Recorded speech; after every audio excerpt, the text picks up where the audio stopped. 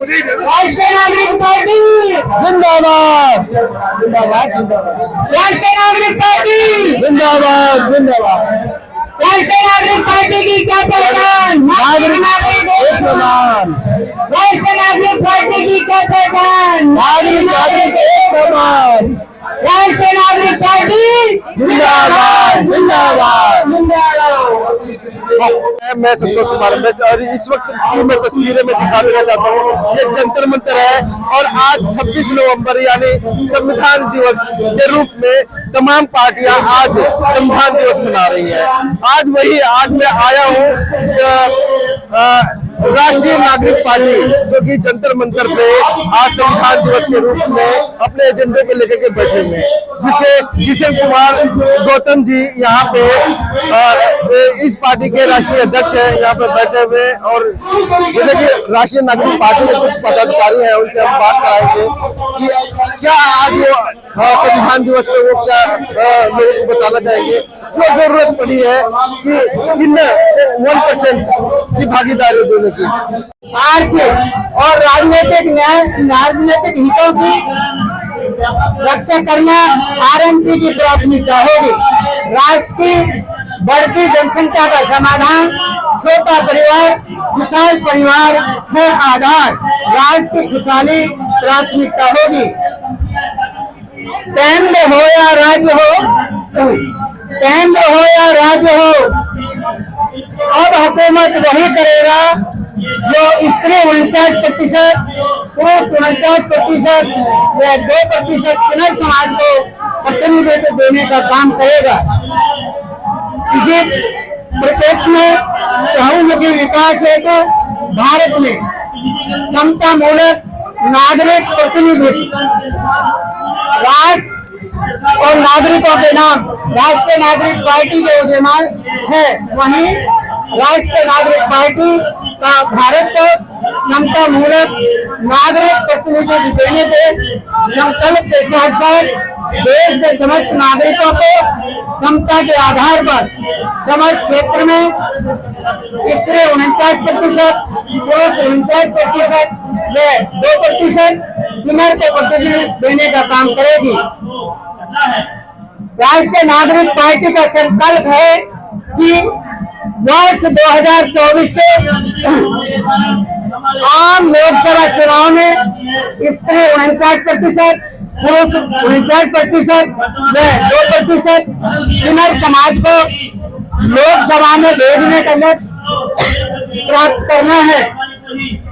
इसी कड़ी में प्राथमिकता के आधार पर दिल्ली की 7 सीटों पर, दिल्ली की 7 लोकसभा सीटों पर 3 स्त्री, 3 पुरुष व 1 किन्नर समाज को चुनाव मैदान में उम्मीदवार उतारने का काम करेगी।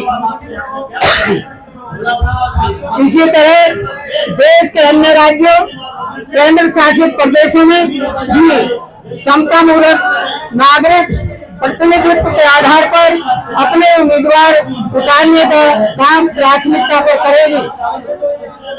राष्ट्रीय नागरिक पार्टी वर्ष 2025 में दिल्ली विधानसभा के आम चुनाव में स्त्री 49%, पुरुष 49% व 2% किन्नर समाज को अर्थात स्त्री 34 सीटों पर, पुरुष 34 सीटों पर तथा 2 सीटों पर किन्नर समाज से उम्मीदवार उतारने का काम करेगी तथा पूर्ण बहुमत प्राप्त होने पर दिल्ली सरकार के मंत्रिमंडल गठन में 3 स्त्री, 3 पुरुष व 1 किन्नर समाज को प्रतिनिधित्व प्रदान करना अनिवार्य होगा।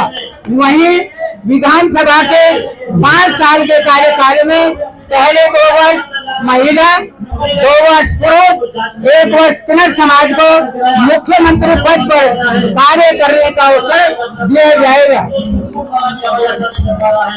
पहले आओ पहले पाओ, पहले आओ पहले समता में अवसर पाओ।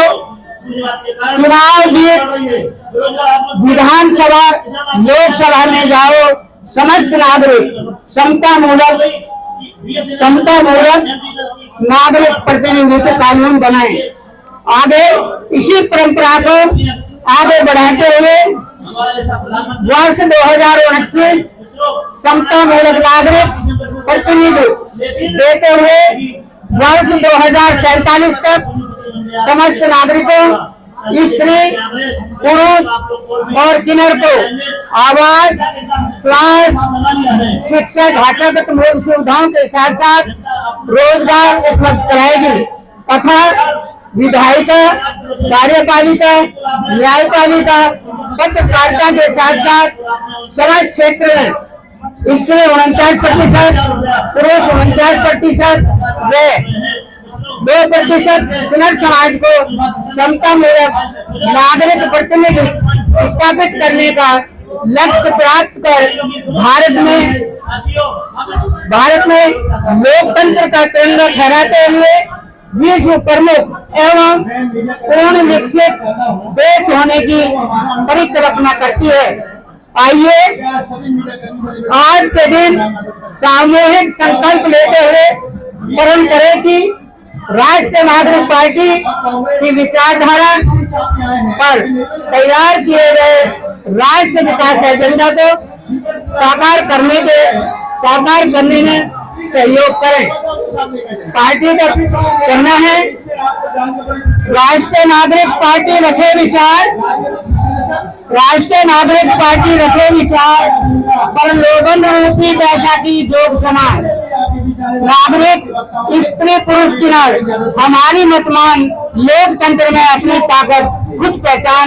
इन्हीं शब्दों के साथ विकल्प आपके पास, वोट आपका, सोच आपकी, निर्णय आपका। जय नागरिक, जय भारत। क्या संदेश देना चाहेंगे?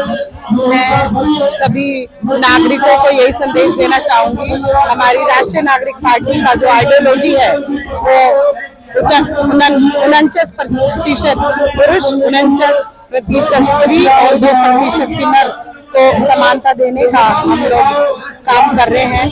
हमारा मेन उद्देश्य यही है, सभी नागरिक एक समान है। यहाँ कोई जाति और स्त्री पुरुष में कोई भेदभाव नहीं है। जैसा कि आप स्टेज पे भी देख रहे होंगे कि जितनी समानता हम पुरुषों में दिखाते हैं उतनी ही स्त्रियों के लिए भी हम आगे बढ़ावा देते हैं। यहीं से हम सभी नागरिकों को संदेश देना चाहेंगे कि आप आए और पार्टी से जुड़े, आइडियोलॉजी को देखें, समझे, परखें और जैसा आपको सही लगे, जैसा आप निर्णय बताएं। धन्यवाद।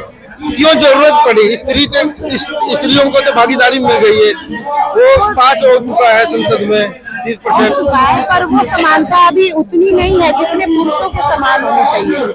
कहीं ना कहीं अभी भी जो भेदभाव है, अभी और जरूरत है औरतों को आगे बढ़ावा देने की।